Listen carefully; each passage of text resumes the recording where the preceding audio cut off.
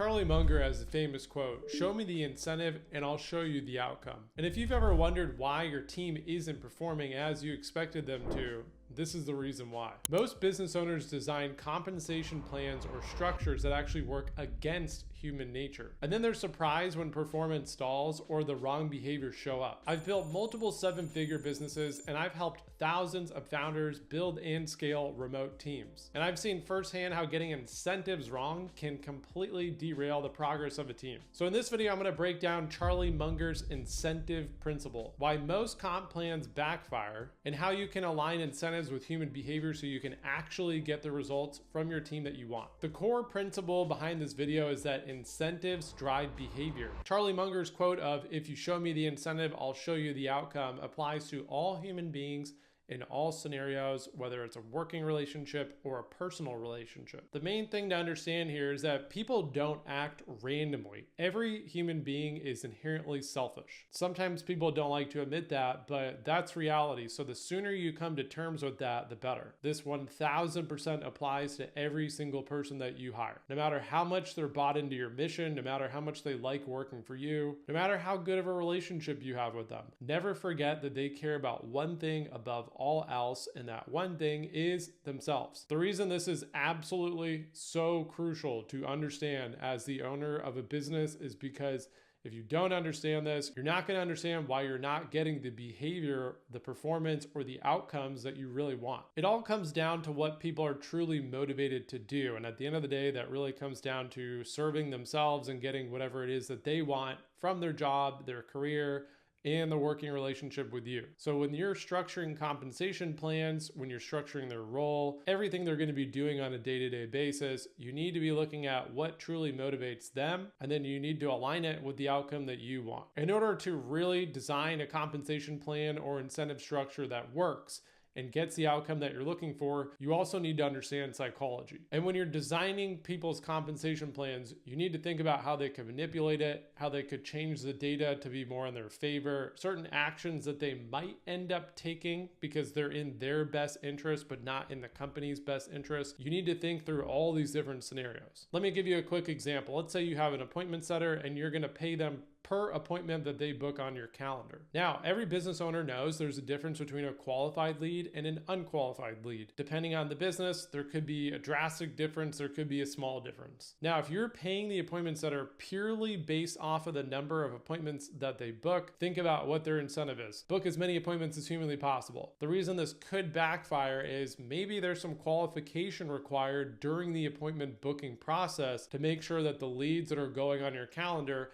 are actually worth the time to talk to. If you have a business where you're getting a lot of leads that need to be qualified and you don't really need volume, then you don't want to incentivize high volume appointment booking. What you should be doing instead is paying the person based off of qualified appointment booked and showed up. Otherwise, they might just be booking appointments with everyone, show no regard to qualifying them at all, not care about if they actually show up to the appointment, and they're just gonna do what selfishly benefits them, which is book as many appointments as humanly possible. This is obviously not the outcome that you're driving for. The outcome that you really wanna solve for is getting qualified appointments that show up to the meetings and ultimately close. One of the biggest problems I see founders run into when structuring compensation plans is that they hire people, they set the pay, and they put very little thought into the behavior that comp plan is actually going to draw. A simple example of this could be that you're paying the person for set amount of hours worked as opposed to the actual results that they're producing. The downside of this is pretty obvious. You're going to pay the person to show up. They're probably going to try to do the absolute bare minimum throughout the shift, like a lot of people will, and they're not actually tied to the end output of whatever it is that they're working on. This could lead into another problem where you're actually rewarding the wrong actions. You're rewarding the person to be busy, to do a bunch of BS work during the shift and fill up their time instead of actually producing high quality work that's accurate, that's actually going to help you make more money. And in these scenarios, there's really no link between compensation and the company's long-term goals. And then the end result is like what I just said. People optimize for staying busy, for filling their day with stuff that's not really having any impact and doesn't really matter that much, instead of helping the company progress, level up, make more money, things like that. So what do you do instead? It's very simple. You need to align all the incentives in the person's role with human nature. nature. Now, we already discussed at the beginning of the video is that human nature leads people to be inherently selfish. This is how human beings are wired within our DNA. There's no getting around this. Accept it right now. Take it for reality, and then restructure your comp plans accordingly. You'll have a way better time. People are motivated by clear, achievable results. If you do not provide clarity in the end outcome that you are optimizing for,